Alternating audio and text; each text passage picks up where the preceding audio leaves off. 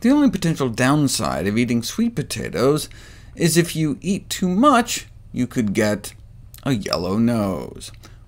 It's called carotenemia. It's a common, harmless condition due to elevated levels of beta-carotene in the blood. First noticed a century ago when carrots were introduced into infant diets. It's treated mostly by just reassuring parents that it's harmless, but if you don't want your child's nose to be yellow, you can decrease their beta-carotene intake. In a few months it'll be gone.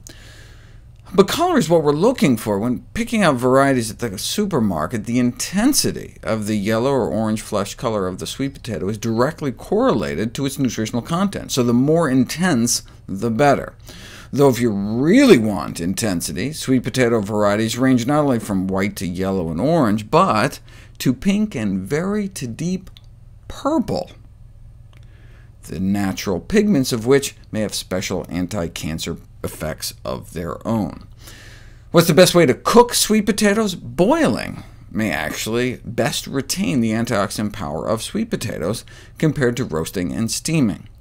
If you compare baking to boiling, microscopically, boiling helps thin out the cell walls and gelatinize the starch, which may enhance the bioavailability of nutrients, while at the same time the glycemic index of boiled sweet potatoes was found to be only about half that of baking or roasting, so boiled gives one less of a blood sugar spike.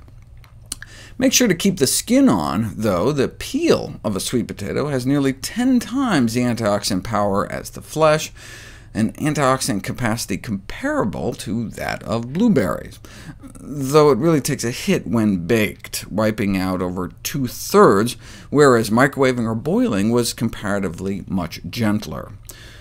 The same with the rest of the sweet potato. Baking can cause an 80% drop in vitamin A levels, twice as much as boiling, so from a nutritional standpoint, boiling rather than baking can be recommended for sweet potato cooking.